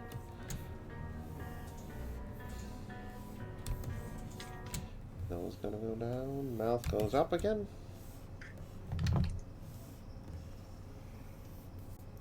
We would at least been on level 2. Let's put it that way. Yeah, this is getting me hungry. I want a burger. Well, my kids, since my wife's going out tonight, the kids are getting McDonald's, and I guess I'll get to eat Cooper's leftover burger. Can't even get yourself one. No, I have some leftovers actually. But I can't. The thing with I don't even really like McDonald's, but I for some reason I can't. When the kids don't finish it, I have to eat the rest of it. Oh, I'm the same way. I can't let it go. It's like I don't even like it. And it's always cold, and there's drool on it. Oh, every time. Half of it's chocolate milk. There's like wet fries, and it's just like I had to eat this for some reason. I think I was making my daughter's lunch yesterday, and I pulled out like she had like pancakes from the breakfast from the day before. I don't even. She opened them. Like, they're just like in a container, and I was like, I What guess I'll eat from McDonald's? No, like Oh, okay. you know, frozen Yeah. mini pancakes or whatever. But it was just like they'd been sitting in her bag all day, and I'm like, okay, someone's gonna eat them. Kids have the worst taste in food, isn't it? It's just so weird. It's like Or cheese. my kids like they'll love Kraft macaroni and cheese, but like you'll get it from like a good place, like where it's actual cheese, not just an orange marker thrown in some old noodles. And it's like they will not touch it. But the hardest part for me about trying to eat right and stuff is just the amount of junk in my house that I want to finish from the kids that they just won't eat for some reason. There's a lot of meals I enjoy over my sink.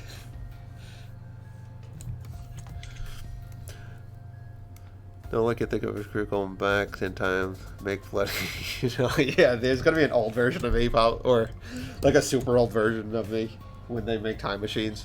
What are you guys doing? They're gonna burst into this apartment. You guys didn't finish level 1 yet? Hopefully, you just like stop. It's not. Yeah, it's like you got 0 in sales. You guys should change course. Here's an application to Subway. Do we have a Discord? We have one that we privately use, but we were thinking about making it live for an audience yet, but we're just so far behind in it, and you know we want to make the Discord entertaining for anyone who wants to see what it's like behind the scenes and stuff. So we're gonna get a little further down the line before we make that go public and stuff, because we just don't want to have it go live and then ignore anyone who asks a question. That feels a little disingenuous. So we do have one that we contact all each other on, though.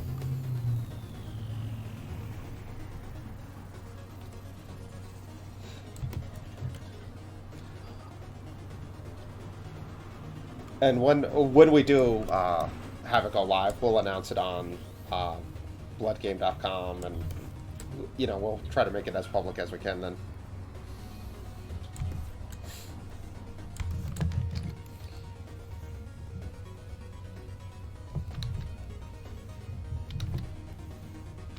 Let's see. Sometimes I have a harder time with the small in-betweens.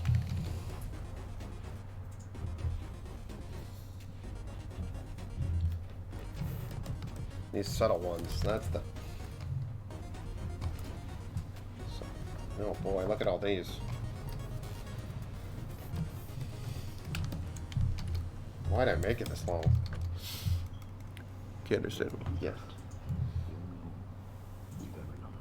Now, we were going to make it live earlier, honestly, but we just feel so far away from the finish line that it just didn't seem like people would maintain interest in it either, perhaps.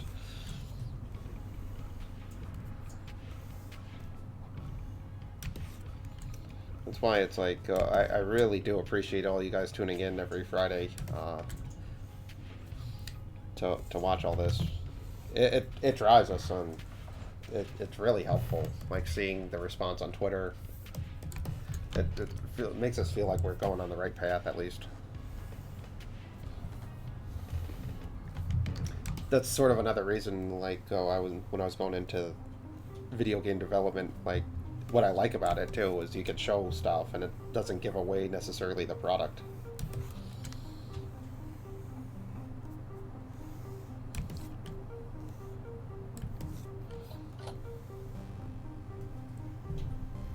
This is just a trace back at this point. This makes my Friday. Oh, thank you. It makes my Friday too. I really get It forces me to work on Blood every Friday. I try to work on it at least a couple times a week, but the last 2 weeks I haven't. We've been super busy with other stuff. But it's a nice kind of break, and I go into the weekend feeling good about the game and all that stuff. It's a nice kind of break from the monotony of running a studio.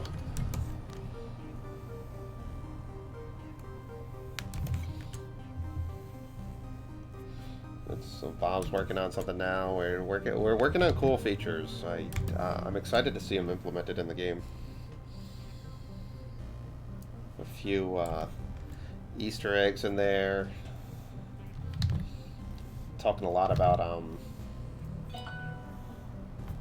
the story arc and all this stuff, and I could just show you what Greg did with just the characters we sent, and it's really cool. That doesn't have anything weird on it, right? Like, I don't know. like if it's on the Google Drive, that can't mess up the Discord or any or. Just I don't know. Okay. Anyway, yeah, he did all this stuff with it. That's really cool. That he just kind of made this giant PDF of every character and gave it like character stats and stuff. It's just really cool. Everyone's level of dedication.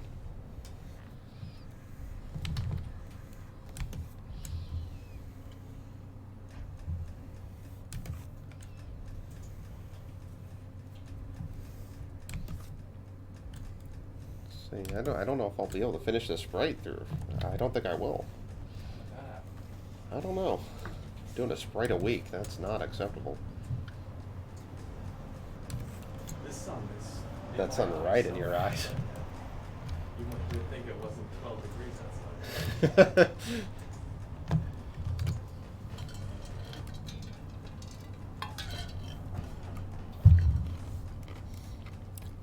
Hold on, I'm sorry. I love watching you animate, man. Oh, thank you. Same. Oh, well, I'm glad you guys like it. I did, I had, when we first started this, I was like, who's going to watch this guy just bumble around an old program? So it is nice to hear that kind of stuff, and I'm glad you guys enjoy it.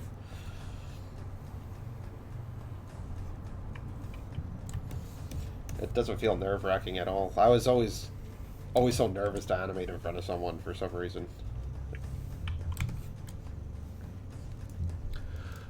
I just look forward to it. I put it on my iMac monitor. I animate on my Cinti. Oh, that's great. Lauren, you should show some of the stuff you've been working on, too. You've been doing a lot of incredible stuff. Everyone here should follow Lauren's Twitter if you want to throw that up there.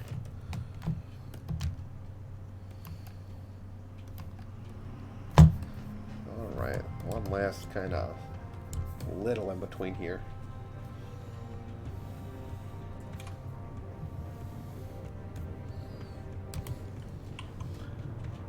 Eager to get in there when I saw videos on YouTube. Oh, that's where you saw it on YouTube?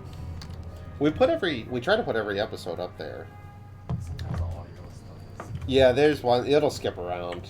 There's a few of them where the audio is messed up. There was one that our internet cut out. You were just talking to a wall for. I was just talking to no one. A couple weeks ago, I forgot I hit the live stream on again, so that everyone heard me talking crap about my old school. I wish I was there. Oh, I didn't hear. I don't have the audio on, so everyone was like, "You're live, you're live." He turned it off, but then he did it. Yeah, I twice, double so clicked he it. turned back on again. I double tapped. So I just. Well, I was. I ended up being unjustifiably mad because it's a non-profit that was running the thing, but I thought it was SVA actually doing something, or it's actually a subsidiary that's actually doing a noble thing.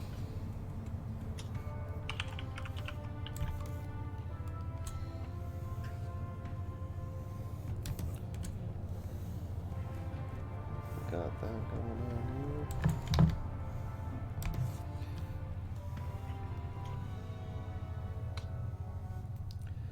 Okay.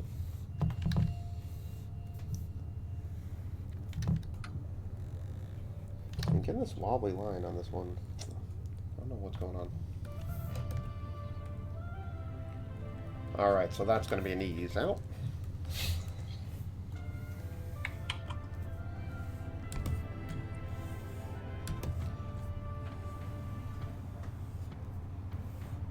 And when I start the next part, where he's kind of switching to the next side, what I'm going to do is an antic down. It's sort of, I think Disney sort of kind of made this rule, but when you turn your head, they always have the head dip or go up. You know, arc up or arc down. I think Disney kind of coined that little technique. So I'm going to do that, and what's nice about that part is if you do like an ease in, ease out, which I'll probably end up doing, is I could just reverse the frames over here on the last set of frames. So I'll get, you know, I'll have a turnaround that I can just reverse the frames, and I won't have to animate going back and forth. I just have to do it once. It kind of only works when you do an ease in, ease out, though. If you like overshoot and settle, then the in-betweens are a little wonky. You could probably still get away with it. Is the sun tried to... We got a piece of cardboard card. Bob's had enough. I don't think I can see it. In the morning, I'm the same way. I can't see out of this window.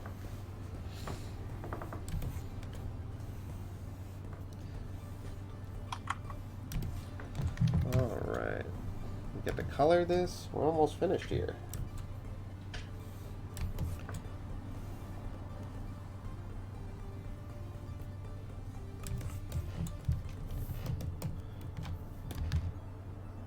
Yeah, that'll work. Okay. After this, I color it, and then I'll show you what I'm going to kind of talk about when I do the other thing.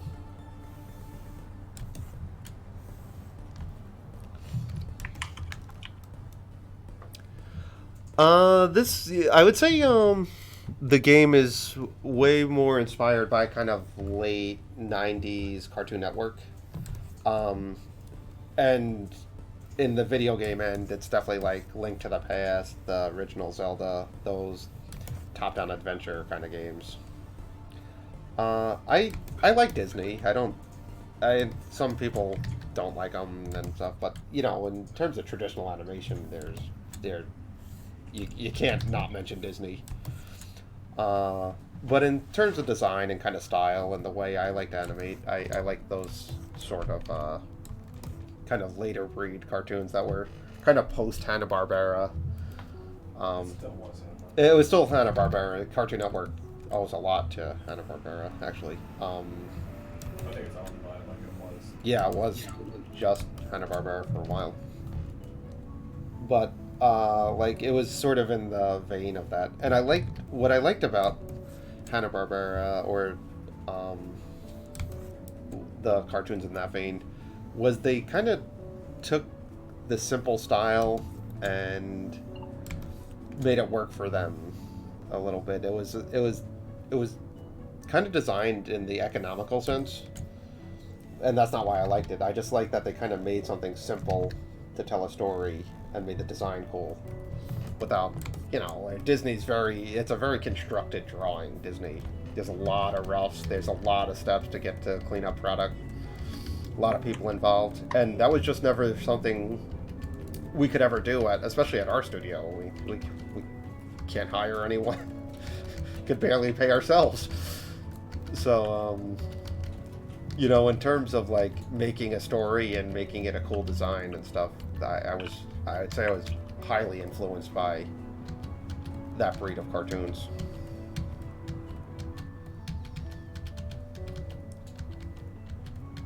Lots of color in here. And I feel like it kind of pairs well with the top-down kind of adventure too, because it's a very kind of flat style.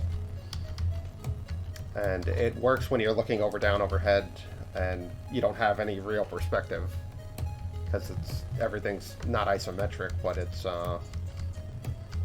there's almost no perspective. It's just straight down. It'd be hard to do it Disney style in this kind of gameplay. Alright, so I'm just going to color behind here. So we don't have the...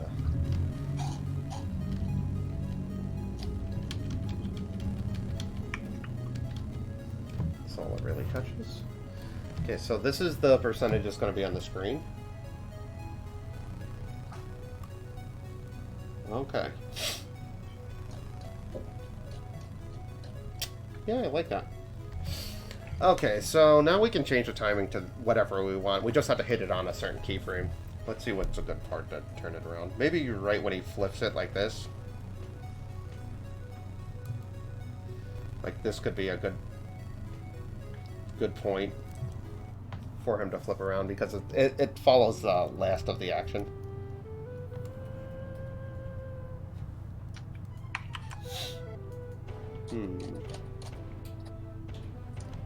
Don't know if that works. Let me see.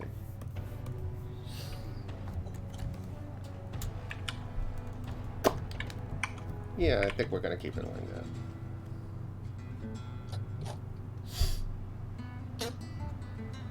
Okay, so we're going to pick a halfway point here. It doesn't have. This doesn't have to be a like. He could stay still here for a little bit. I'm fine with that. But we're going to pick something in the middle here. Now the arm we could kind of shut off. We had to follow that timing, but not necessarily. You know, we had to follow the keyframe timing, but not the timing of him kind of shaking the spatula. So we're going to have the head sort of dip down. Let me pick a real color here. Head dip down, the nose dip down. I'm going to have him blink the eyes. Scowl. Still going to be grumpy. Still the burger grump.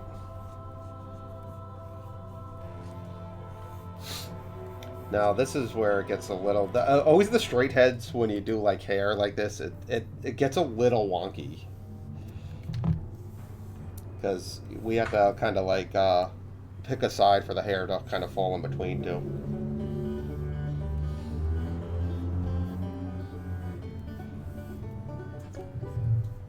So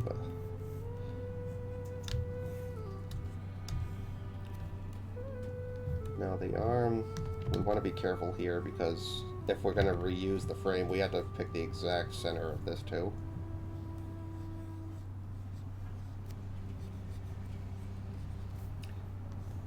We'll just commit. The ear goes over there. So then you see what I mean with the hair kind of being on one side? Just commit to one side when you're doing the in-between. So let's say we'll commit to it being over here. Like we'll still have a point. Oh yeah, no, my in-betweens are a disaster.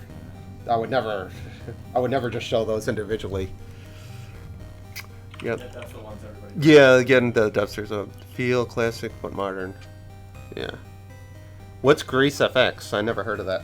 Like grease. Oh, Grease Pen. No, like grease on the burger. Oh, you want me to do that? Yeah, let's do that. That's easy, and I have time to do that. He's our burger guy. He's our effects guy. All right, let's do it. So that'll be the in-between. Let me just clean this up, and then I'll get to some effect stuff.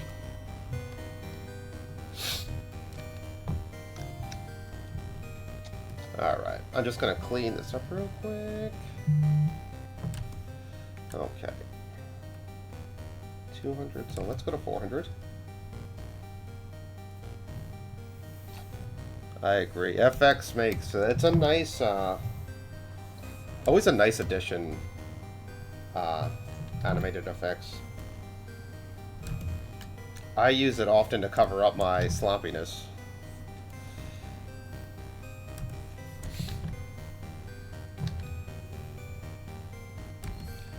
So the chin.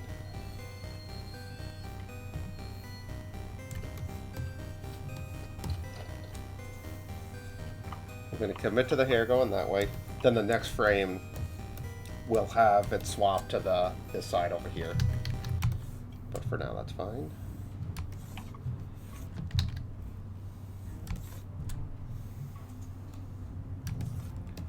Alright, so the hand goes down this way. Start to make a fist.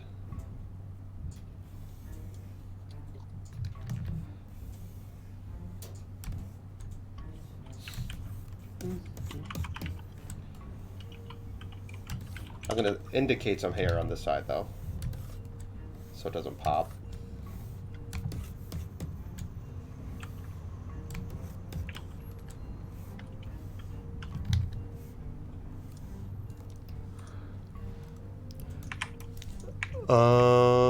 Your in-betweens are a disaster.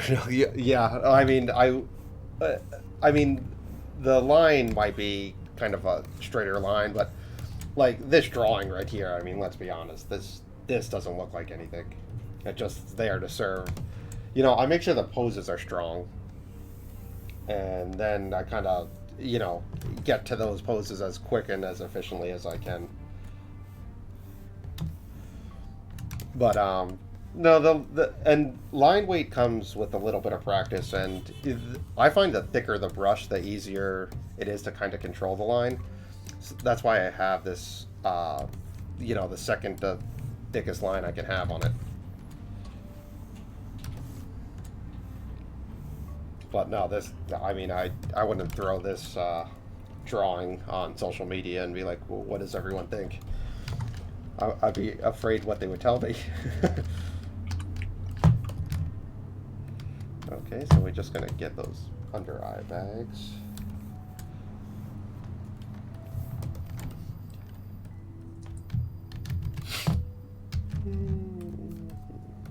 Okay.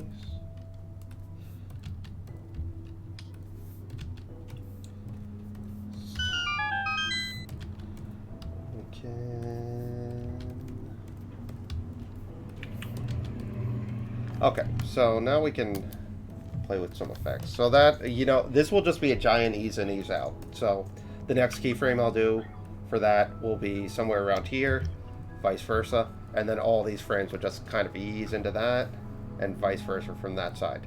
And the reasoning behind that is so I can reverse it over here.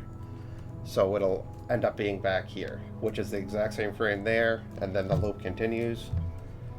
Yada, yada, yada. But let's do some burger effects here. So it'll mainly be when it's flipping and when it's landing, I'm guessing. So it'll be in here. So right when it hits the air, just gonna make a new layer here. I can rough out something.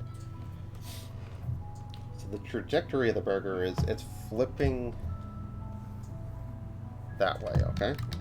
So the grease or whatever should kind of follow that same trajectory and just trail behind it a little bit. So if we go like something like that, the first frame,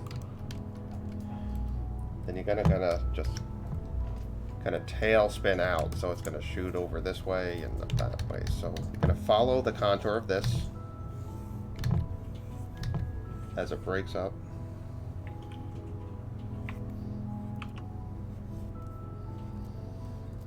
Each one getting a little more significant and then kind of tapering off. So still follow the kind of the contours here, right?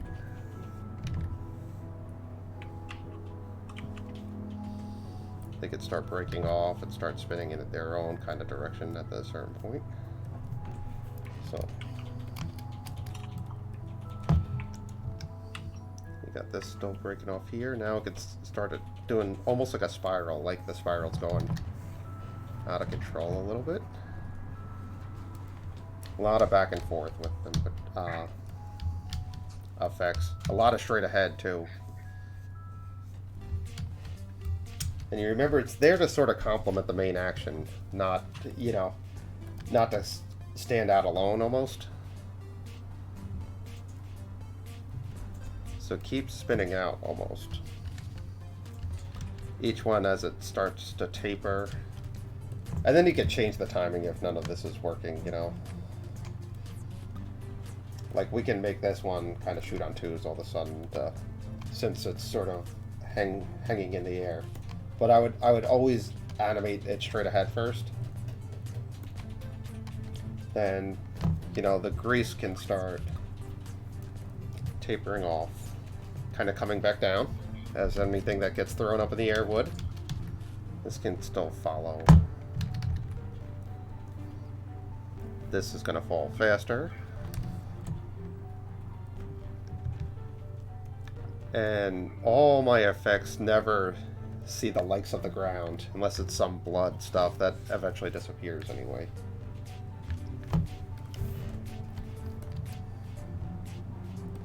So you need to see it complements the action, you know. And I'll probably not even make it a black outline. I'll pick a color for the grease, kind of secondary color, just a little darker than the actual color, or lighter if I want to go that way.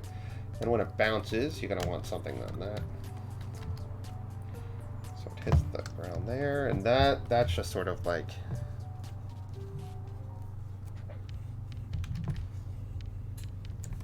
something quick, I think. And this just explodes out.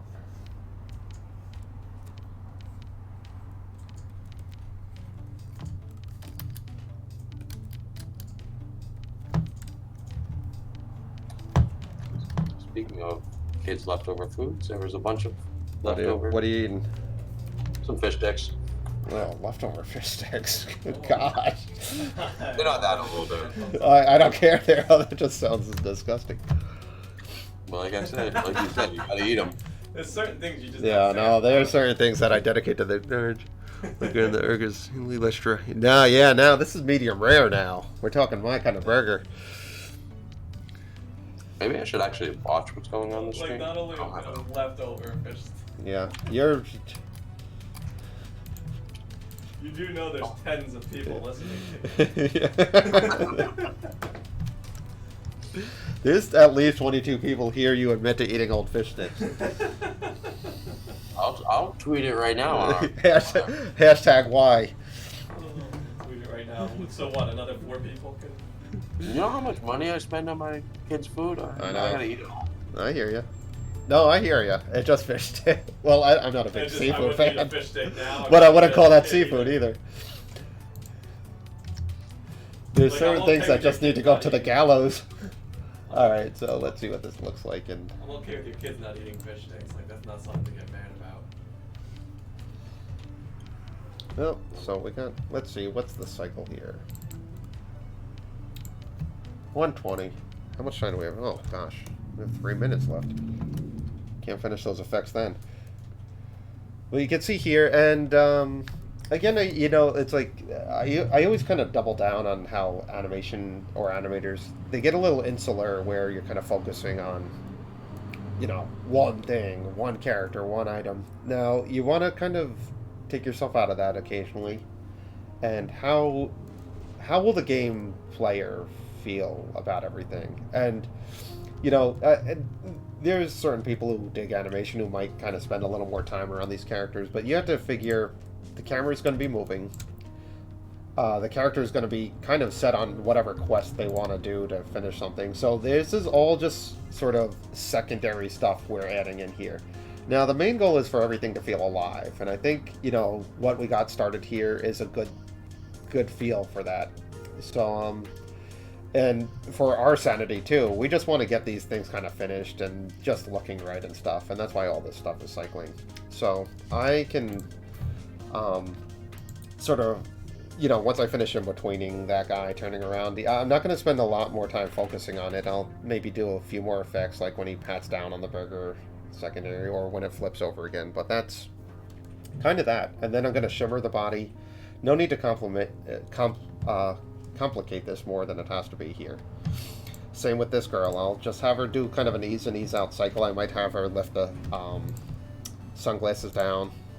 This guy right here, he'll be bobbing up and down. She'll be just sort of doing that ease in, ease out that we're doing. This will be super simple. The water will be pouring out. She'll be doing a little bounce. This one, I might save this one for next week, actually. This one is the most complicated one, where we have to have them slide down, land, run around, and climb up. So that's going to be a complicated one, and we'll get into that next week. I'll start laying that out next Friday. Oh man, that seems so far away. But, you know, this time's 47 characters in this neighborhood. I think we're going to have something that looks kind of lively and a little bit charming and all that kind of stuff. So, all right. Kids on the swing makes me... Yeah, we did that last week. That was a tough one. That was a lot of, like, kind of doubling back into symbols and stuff. And it's weird. The animation's crazy because it's like... we can have a jellyfish flying through space, and that is less complicated than if you have two characters hand off like a piece of paper to someone. You know, it's weird when you work this way. So, like the slide and the swing, it's like, oh yeah, just a kid swinging. How hard is that? Well, it turns out about a full Friday's worth of hard.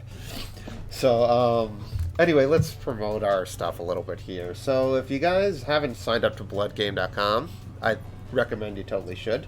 If you haven't followed us on Twitter, I hope you join us there. Everything can be found at Exit73.